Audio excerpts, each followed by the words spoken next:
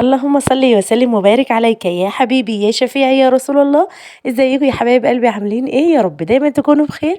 النهارده فيديو جديد، منيو جديد، اكلات اسبوع جديد ده كده ان شاء الله. الاكلات بتاعتنا الاسبوع ده تكون حلوه ومختلفه ومتنوعه وتعجبكم باذن الله. حاولت كده على قد ما اقدر ان المنيو يكون اكلات كلها خفيفه وسريعه كده.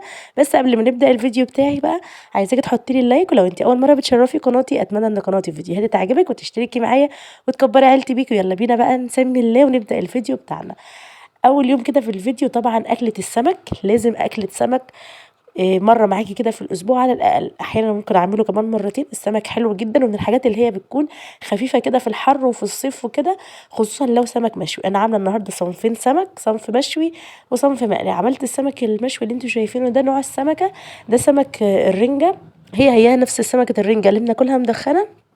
انا بشتريها نية وبشويها، يعني بشتريها سمك مجمد كده وبعدين بيتشوي بيكون تحفة بصراحة. وعملت كمان سردين مقلي للي حابب ياكل من ده واللي حابب ياكل من ده. عايزة اقول لكم ان الرنجة دي في الشوي تحفة والله بجد، اللي ما جربهاش قبل كده اسألوا عليها وهاتوها، حلوة جدا جدا في الشوي، اطعم كمان من اللي هي الرنجة المدخنة العادية اللي بناكلها بالعيش كلنا.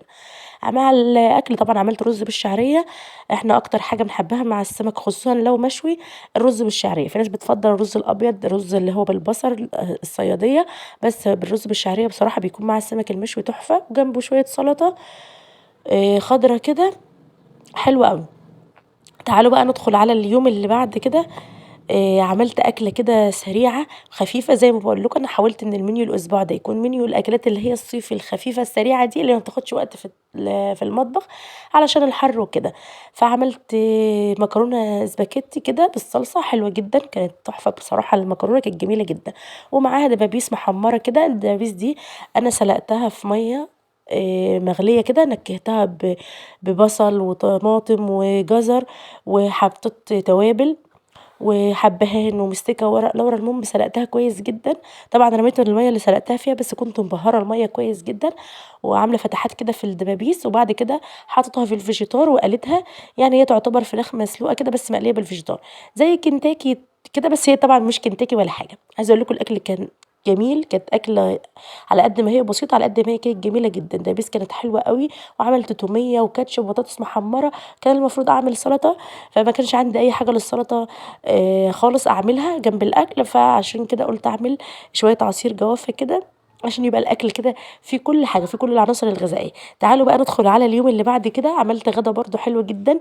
الغدا ده بقى ميزته ان هو ينفع في الصيف، ينفع في الشتاء، في الحر، في البرد، شغال معاكي في كل حاجه. طبعا اللي متابعني من زمان وعارف منيوهاتي اكيد هيبقى عارف الاكله دي، يا صينيه الرز باللبن في الفرن او طواجن الرز باللبن. هي مش رز معمر ومش رز بلبن زي بتاع الحلويات، هو مقاديره شوية مختلفة وطريقة التسوية كمان بتاعته مختلفة. ممكن أكلة ناس كتير تستغربها، خصوصا وأنا بحط عليها كده العسل الأسود. هي أكلة كده الناس بقى الفلاحين اللي زي حالاتي بقى، واللي بيحبوا الأكلات بتاعت زمان كده، بتاعت الناس الجميلة بتاعت زمان دي، هم اللي يبقوا عارفين الأكلة دي. لو ما تعرفيش الأكلة دي، أنا كنت عاملاها معاكم في فيديو قبل كده، هسيب لكم الفيديو في آخر الفيديو ده. اضغطوا عليه وروحوا شوفوها، هيعجبكم جدا، طريقة مختلفة وحلوة. تنفع كمان تعمليها زي حلويات مثلا لو جاي لك ضيف ولا حاجه تقدميها له. والله العظيم بتكون جميله جدا ومشرفه، خصوصا لو معموله في الطواجن الصغيره كده. طعمها حلوه وخفيفه واقتصاديه، مش هتاخد وقت معاكي في التسويه خالص، ولذيذه تاكل سخنه بارده زي ما انت حابه. تعالوا بقى ندخل على اليوم اللي بعد كده. طبعا الاكله بتاعتنا النهارده بقى دي شويه مش صيف، يعني هي تحسوا ان هي عاوزه الشتاء وعايزه يوم كده يكون الجو برد ويكون في مطره. اي حاجه في الطواجن طبعا بتبقى سخنه كده وحلوه، فبتبقى عايزه جو الشتاء اكتر. بس بصراحه يعني اللحمة كان بقى لنا فترة طويلة جدًا ما أكلناهاش. أنا جبتها يعني بعد خلاص بقى ما ولادي خلاص قالوا لي: "حرام عليكِ بقى، إحنا ما كلناش لحمة من زمان." فجبتها علشان خاطرهم، كنت من قبل رمضان ما اشتريتش اللحمة. طبعًا اللحمة أسعارها بقت خيال، خيال بجد. أنا آخر مرة كنت اشتريت اللحمة كان الكيلو عامل 280 جنيه، النهارده كيلو اللحمة ب350 جنيه، وفي ناس تانية بتبيعه ب360. فربنا يرحمنا بقى برحمته ويفرجها علينا كده ويرزقنا يا رب رزق حلال طيبا مباركا فيه، ويعيننا على مصاريف الحياة بجد والله العظيم. فاللحمة كانت وحشانة جدًا بأمانة، فأنا حبيت إن أنا أعملها في طاجن كده، طاجن خضار مشكِّل كوسة، على بسلة، على جزر، على بطاطس، كان تحفة بأمانة. طعم الطاجن كان خطير، هو مشكلته بس إن كان جاي في الحر، كان عايز يكون يوم كده في الشتا يكون حلو جدًا. كان عندي ماسورة كده عندي في الفريزر، رُحت مطلعاها حاطاها في اللحمة وهي بتتسلق، فكانت مخلية الشوربة دسمة وطعمها كان تحفة. بجد الطاجن كان جميل جدًا.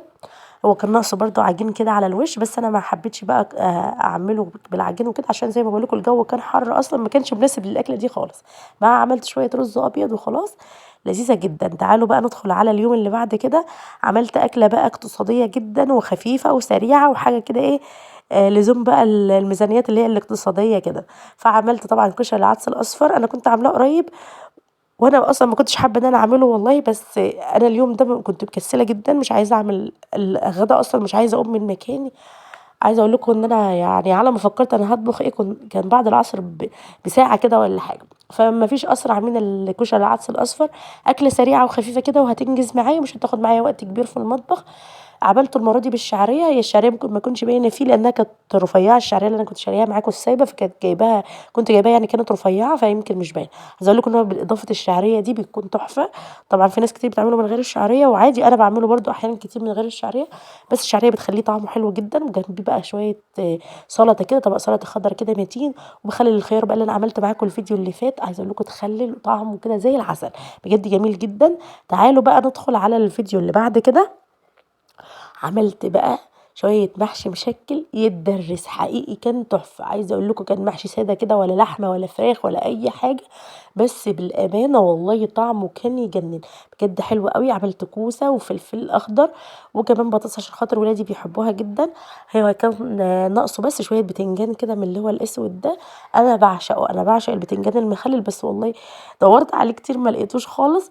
فاكتفيت بقى بالحاجة اللي أنا عملتها دي، وجنب الأكل كده شوية شوربة لسان عصفور، كان عندي شوية من شوربة اللحمة شايلاهم في الفريزر، رُحت مطلعاهم وعملت زي شوربة لسان عصفور برضه من اللسان العصفور السايب اللي إحنا كنا شاريينه السايب ده. كنت أول مرة أجربه، عجبني جدًا، جدًا. الحباية بتاعته كده كبيرة أكبر من اللي هي بتاعة الشركات اللي بتكون في الأكياس دي، فعجبني جدًا. الشوربة كان طعمها تحفة. عملت كمان شوية ملوخية كده خضرا جميلة جدًا جنب المحشي، بتكون لذيذة أوي. طعم الملوخية أصلًا مع الشوربة مع الأكل كله والله ولا كنا مفكرين لا في لحمة ولا فراخ ولا في أي حاجة، شوية محشي ورديحي كده بس يفتحوا النفس. طبعًا جنبهم بقى شوية مخلل خيار كده من بتاعنا الحلو ده. عايزة أقول لكم المحشي كان تحفة. أوريكم بقى تسوية الرز بقى مفلفل كده ومستوي وجميل جدًا. تعالوا لآخر يوم معانا في المنيو، اليوم ده بقى اللي هو امبارح الجمعة، طبعًا الجو كان حر فوق الخيال يعني، فكان عايز أكلة تكون خفيفة وسريعة وحاجة كده ساندوتشات أيًا كان نوع الساندوتشات، المهم نبعد خالص عن الطبيخ وعن الحاجات اللي هي بتبقى تقيلة في الحر دي. أنا كمان مصورة لكم فيديو روتين حلو جدًا، عملنا فيه الساندوتشات دي من الألف للياء.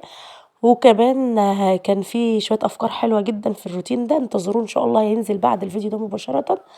حلوة جدًا الساندوتشات، في البيت طبعًا بتكون موفّرة جدًا واقتصادية جدًا عن اللي هي بتتعمل برّه. كان طعمها جميل جدًا والله ما تفرقيها خالص عن اللي شارياها من برّه، تتبيلة، الحشو، كل حاجة. كان الساندوتش ما شاء الله فيه فراخ وفيه فلفل ألوان وفيه بطاطس وفيه خيار مخلل، فكان جميل جدًا. ومع الأكل عملت تومية وعملت كمان عصير مانجا كده علشان تبقى الأكلة كاملة متكاملة، وحطيت خيار مخلل وكاتشب وكده، فيعني أكلة متينة كده ومتكلفة وفي نفس الوقت اقتصادية وتاكلي في البيت براحتك بعيد عن أكل المطاعم بقى اللي برّه كده.